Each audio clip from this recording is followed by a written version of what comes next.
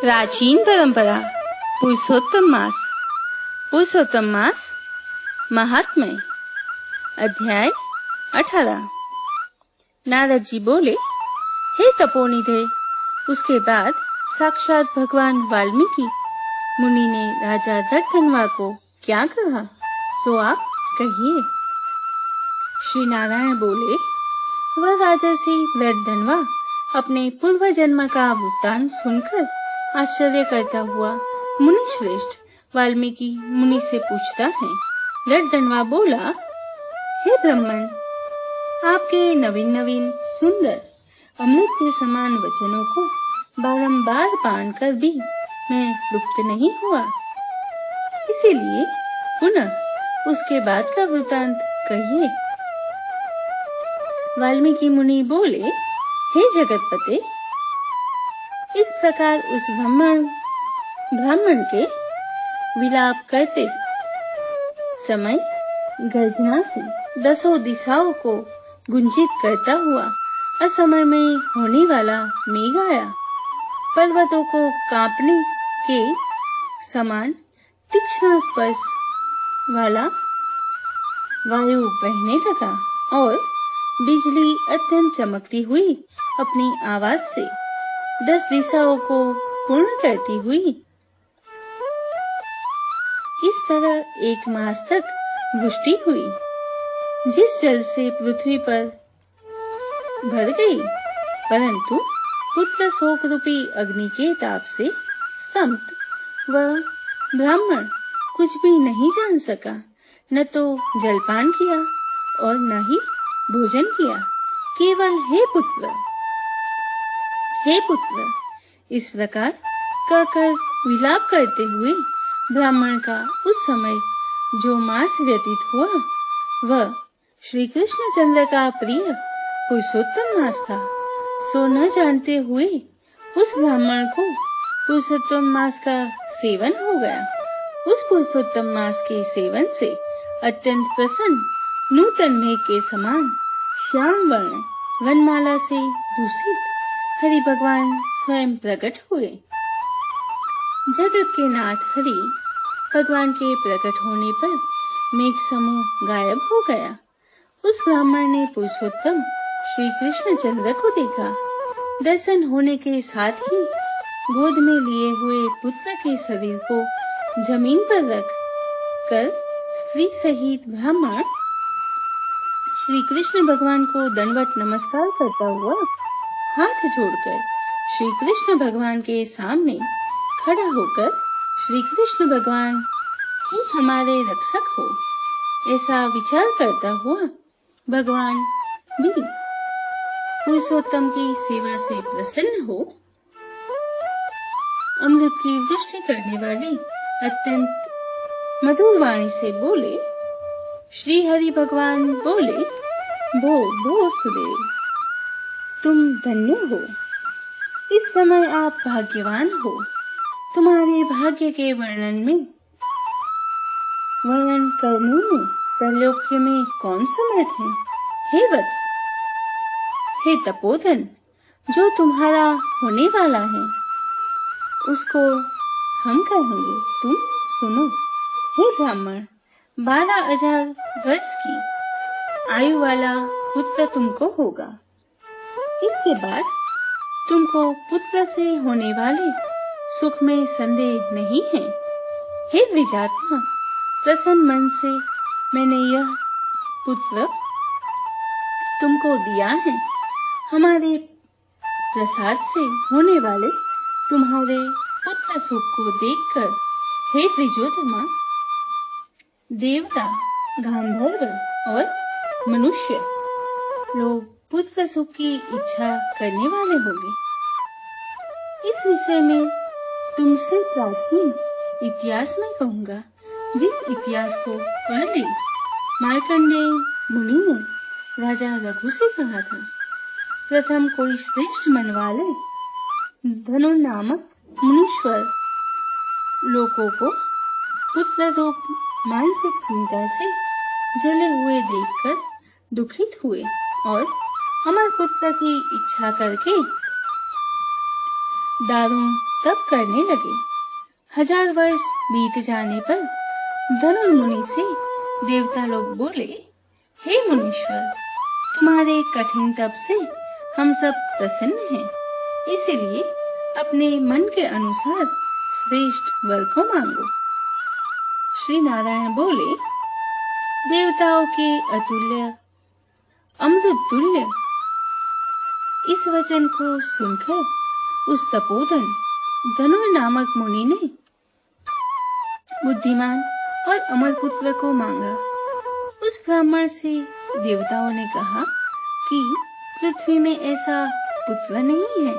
तब धनुर्मुनि ने देवताओं से कहा कि अच्छा, ऐसा पुत्र दो जिसके आयु की मर्यादा बंधी हो। देवताओं ने कहा कि कैसी मर्यादा चाहिए, कहो। इस पर उस मुनि ने भी कहा कि यह महान पर्वत जब तक रहे तब तक उसकी आयु होगी, ऐसा ही हो। इस प्रकार कहकर इंद्रादि देवता स्वर्ग को चले गए। धनुर्शर्मा ने थोड़े समय में वैसा ही पुत्र को प्राप्त किया। उस मुनि का पुत्र आकाश में चंद्र के समान बढ़ने लगा। 16वें वर्ष के होने पर मुनीश्वर ने पुत्र से कहा, हे वत्स, ये मुनि लोग कभी भी अपमान करने योग्य नहीं है। इस तरह शिक्षा देने पर भी उस पुत्र ने मुनियों का अनादर किया। आयु की मर्यादा के बल से उन्मत्त उसने ब्राह्मणों का अपमान किया। किसी समय परम क्रोधी महिष नामक मुनि ने विधि से शुभ फल देने वाले शालिग्राम शिला का पूजन किया। उसी समय उस बालक ने वहां आकर शालिग्राम की शिला को जल्दी से लेकर अपनी चंचलता के कारण हंसता हुआ पूर्ण जल वाले कूप में छोड़ दिया।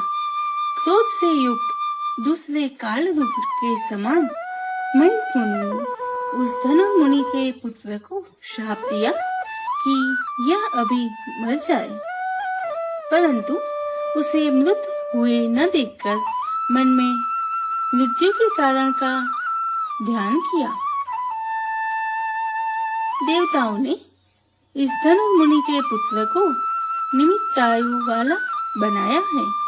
इस तरह चिंता करते हुए महिष मुनि ने लंबी सांस ली, जिससे कई कोटि महिष पैदा हो गए और उन महिषों ने पर्वत को टुकड़ा टुकड़ा कर दिया। उसी समय मुनि का अत्यंत दुर्मत लड़का मर गया। धनुर्मुनि ने अत्यंत दुख से बार बार विलाप किया। बाद अनेक प्रकार विलाप कर पुत्र के शरीर को लेकर पुत्र के दुख से अत्यंत पीड़ित हो चिता की अग्नि में प्रवेश किया। इस प्रकार हठ से पुत्र प्राप्त करने वाले कहीं भी सुख को नहीं पाते हैं। हे तपोधन, गरुड़ जी ने यह जो पुत्र दिया है, इससे संसार में तुम प्रशंसनीय हो पुत्रवान होगे। हे अनंत, मैंने प्रसन्न होकर पुरुषोत्तम के महात्म्य से इस पुत्र को चिरस्थायी किया है। यह तुमको सुख देने वाला हो। पुत्र के साथ सर्वदा गृहस्थाश्रम के सुख को भोगने के बाद तुम ब्रह्मलोक को जाओगे।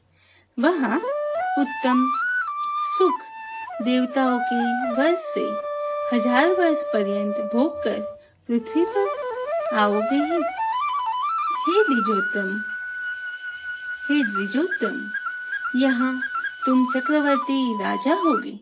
दर्दनवा नाम से प्रसिद्ध तथा सेना सवारी से युक्त हो 10,000 वर्ष पर्यंत पृथ्वी के राजा का सुख भोगोगे।